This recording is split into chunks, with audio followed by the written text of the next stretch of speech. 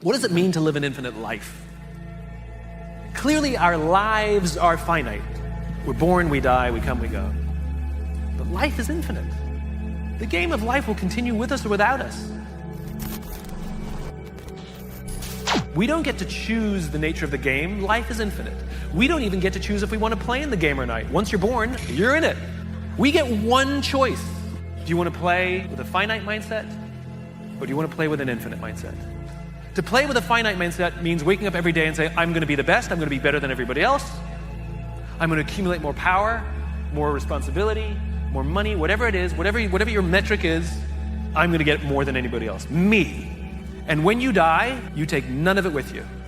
Or we can choose to live our lives with an infinite mindset, which means I'm going to leave this world, this school, in better shape than I found it. It means I'm going to devote my life to see that those around me rise. We've all had teachers, and some of you are those teachers, where 20 or 30 years from now, I can go to one of your students and say, you're a remarkable human being, you've accomplished so much in your life. How did you become the person you are today? And they will tell me your name. We all remember the teacher who believed in us. We all remember the teacher who had our backs. We all remember the teacher who saw something in us that nobody else saw. And that's what it means to live with an infinite mindset. It means we divert ourselves to that mindset for everyone in our lives. That other teachers will say that about us. Other principals will say that about us. Other students will say that about us. Our friends will say that about us. I am who I am today because of you, and I will commit to live the same life that you taught me how to live. And you will literally live on beyond your own lifetime. When you're gone, others will carry your work for you. This is what it means to live an infinite life, and it is just a choice. I have 5 little rules that you can follow as you find your spark and bring your spark to life. The first is to go after the things that you want. Let me tell you a story. So a friend of mine and I, we went for a run in Central Park.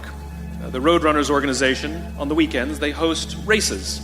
And it's very common at the end of the race, they'll have a sponsor who will give away something, apples or bagels or something. And on this particular day, when we got to the end of the run, there were some free bagels. And they had picnic tables set up, and on one side was a group of volunteers.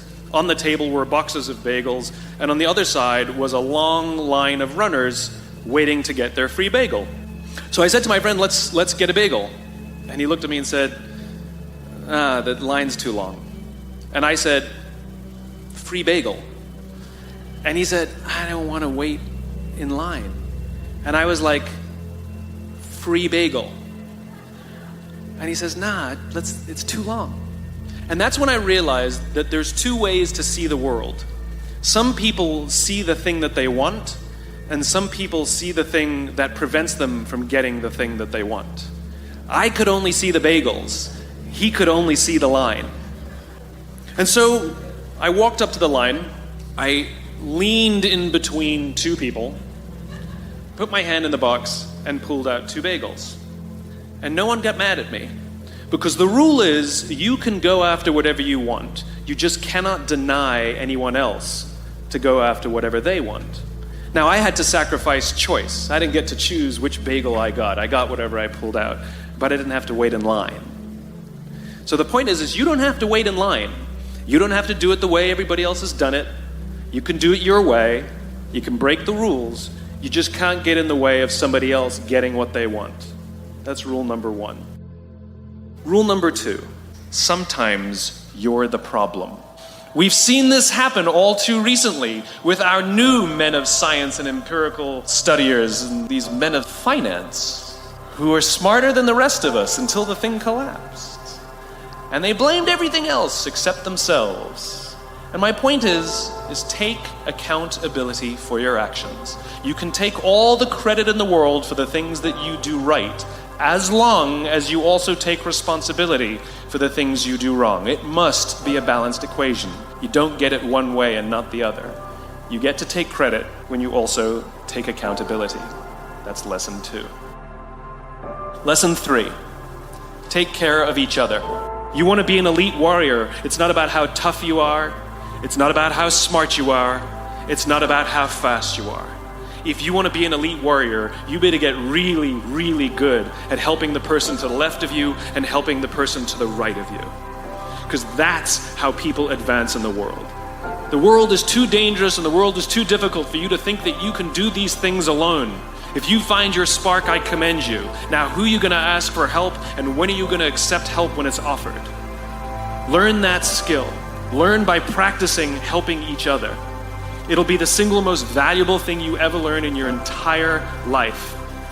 To accept help when it's offered and to ask for it when you know that you can't do it. The amazing thing is, when you learn to ask for help, you'll discover that there are people all around you who've always wanted to help you. They just didn't think you needed it because you kept pretending that you had everything under control. And the minute you say, I don't know what I'm doing, I'm stuck, I'm scared, I don't think I can do this, you will find that lots of people who love you will rush in and take care of you. But that'll only happen if you learn to take care of them first. Lesson 4. Nelson Mandela is a particularly special case study in the leadership world because he is universally regarded as a great leader. And he was asked one day, how did you learn to be a great leader? And he responded that he would go with his father to tribal meetings. And he remembers two things when his father would meet with other elders. One, they would always sit in a circle. And two, his father was always the last to speak. You will be told your whole life that you need to learn to listen. I would say that you need to learn to be the last to speak. I see it in boardrooms every day of the week. Even people who consider themselves good leaders, who may actually be decent leaders, will walk into a room and say, here's the problem, here's what I think, but I'm interested in your opinion, let's go around the room. It's too late. The skill to hold your opinions to yourself until everyone has spoken does two things. One, it gives everybody else the feeling that they have been heard. It gives everyone else the ability to feel that they have contributed. And two, you get the benefit of hearing what everybody else has to think before you render your opinion. If you agree with somebody, don't nod yes. If you disagree with somebody, don't nod no. Simply sit there, take it all in, and the only thing you're allowed to do is ask questions so that you can understand what they mean and why they have the opinion that they have. You must understand from where they are speaking, why they have the opinion they have, not just what they are saying. And at the end, you will get your turn. It sounds easy, it's not. Practice being the last to speak. Number 5, remember this. As you gain fame, as you gain fortune, as you gain position and seniority, people will treat you better. They will hold doors open for you. They will get you a cup of tea and coffee without you even asking. They will call you sir and ma'am, and they will give you stuff. None of that stuff is meant for you. That stuff is meant for the position you hold. It is meant for the level that you have achieved of leader or success or whatever you want to call it. You can accept all the free stuff. You can accept all the perks. Absolutely, you can enjoy them. But just be grateful for them and know that they're not for you. I remember getting off the Acela. I took the Acela from New York to Washington, D.C. And I got off the train like everybody else. And I was walking down the platform like everyone else. And I walked past General Nordy Schwartz, who used to be the Chief of Staff of the United States Air Force, the head of the Air Force. And here I did see a guy in a suit schlepping his own suitcase down the platform just like me. And just a couple months ago, he was flying on private jets and he had an entourage and other people carried his luggage. But he no longer held the position, and so now he got to drag his own suitcase. Real job of a leader is not about being in charge, it's about taking care of those in our charge. And I don't think people realize this, and I don't think people train for this. When we're junior, our only responsibility is to be good at our jobs. That's all we really have to do. And some people actually go get advanced educations so that they can be really good at their jobs. And you show up and you work hard, and the company will give us tons and tons of training how to do our jobs. They'll show us how to use the software. They'll send us away for a few days to get trained in whatever it is that we're doing for the company. And then they expect us to go be good at our jobs. And that's what we do. We work very hard. And if you're good at your job, they'll promote you. And at some point, you'll get promoted to a position where we're now responsible for the people who do the job we used to do, but nobody shows us how to do that. And that's why we get managers and not leaders. One of the great things that is lacking in most of our companies is that they are not teaching us how to lead. And leadership is a skill like any other. It is a practicable, learnable skill. And it is something that you work on. It's like a muscle. If you practice it all the days, you will get good at it and you will become a strong leader. If you stop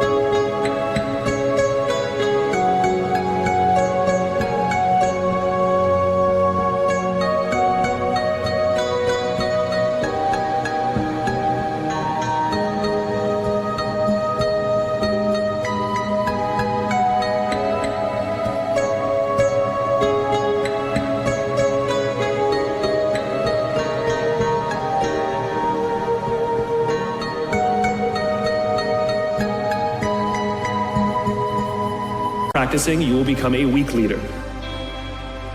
We all have the capacity to be a leader. Doesn't mean everybody should be a leader, and it doesn't mean everybody wants to be a leader. And the reason is because it comes at great personal sacrifice. When everything goes right, you have to give away all the credit. And when everything goes wrong, you have to take all the responsibility. It's things like staying late to show somebody what to do. It's things like when something does actually break, when something goes wrong, instead of yelling and screaming and taking over, you say, try again. What's the millennial question? Apparently, millennials as a generation, which is a group of people who were born approximately 1984 and after, are tough to manage. And they're accused of being entitled and narcissistic, self-interested, unfocused, lazy. And because they confound leadership so much, what's happening is leaders are asking the millennials, what do you want? And millennials are saying, we want to work in a place with purpose. We want to make an impact. We want free food and beanbags. Somebody articulates some sort of purpose. There's lots of free food and there's beanbags, and yet for some reason, they're still not happy. There's a missing piece. I can break it down into 4 pieces. One is parenting, the other one is technology, the third is impatience, and the fourth is environment. Let's talk about parenting first. Too many millennials have grown up subject to what has been described as a failed parenting strategy. Too many of them were told as they were growing up that they were special, that they can have whatever they want just because they want it. They got medals for coming in last. They got participation medals. We know that it devalues the feeling that somebody who works hard and comes in first place, and it actually makes the person who comes in last embarrassed because they know they don't deserve it. So it actually makes them feel worse. It actually doesn't help. There are a lot of kids who got into honors classes, not because they deserved it, but because their parents complained. And they got A's not because they earned them, but because the teachers didn't want to deal with the parents. Then those kids graduate and they start a job. And in an instant, they find out that they're not special, that you don't get anything just because you want it. You get nothing for coming in last, and your parents cannot help you get a promotion. And in an instant, their entire self-image is completely shattered. And so what you find is that there's an entire generation growing up with lower self-esteem than previous generations. Then we add in technology. There's a chemical in our body called dopamine. Dopamine is responsible for the feelings we get when we find something we're looking for or we accomplish something we set out to accomplish. You know that great feeling you get when you cross something off your to-do list, or when you win the game, when you hit the target? Other things that release dopamine include alcohol, nicotine, gambling, and it's the root of a lot of addiction. Now, we also know that dopamine is released with cell phones and social media. So that bing, buzz, flash, and beep that we get from our phones that feels so good, it releases dopamine. We like getting it. So now we have a young generation with basically unfettered access to social media and cell phones. We have age restrictions on alcohol, we have age restrictions on smoking, and we have age restrictions on gambling. We have no age restrictions on this other dopamine.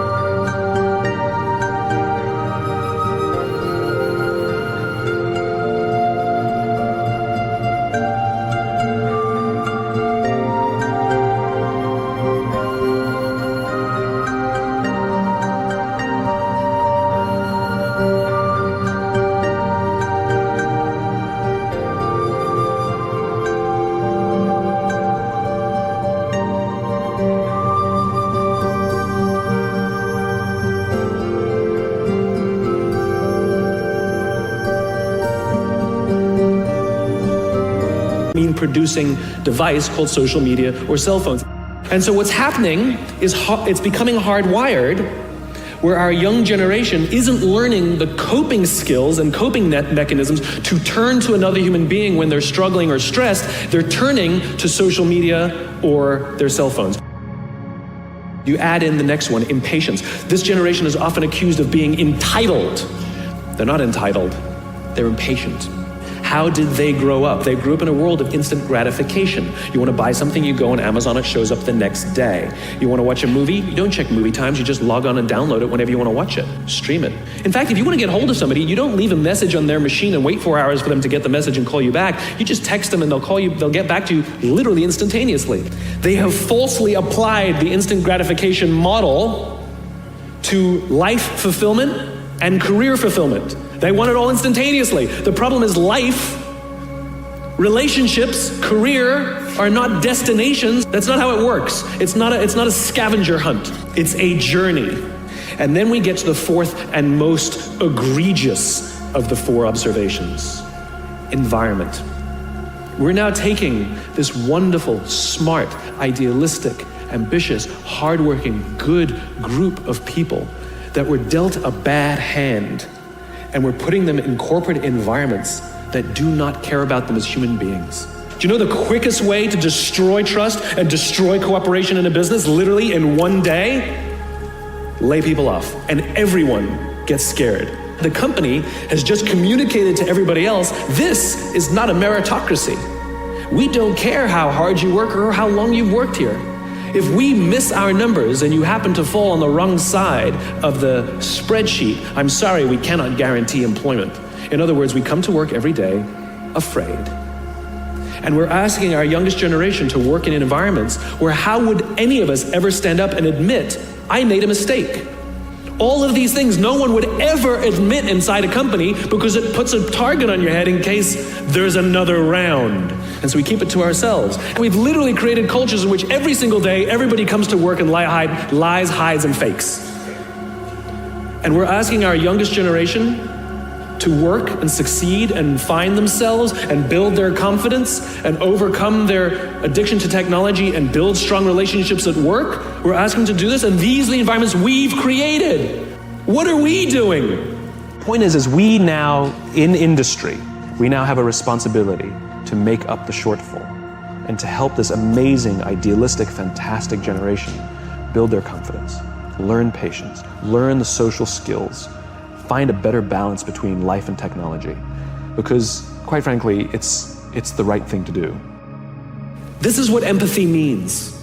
It means if there's an entire generation struggling, maybe it's not them. We're not asking these questions. We are not practicing empathy. We have to start by practicing empathy and relate to what they may be going through. And it will profoundly change the decisions we make. It will profoundly change the way we see the world.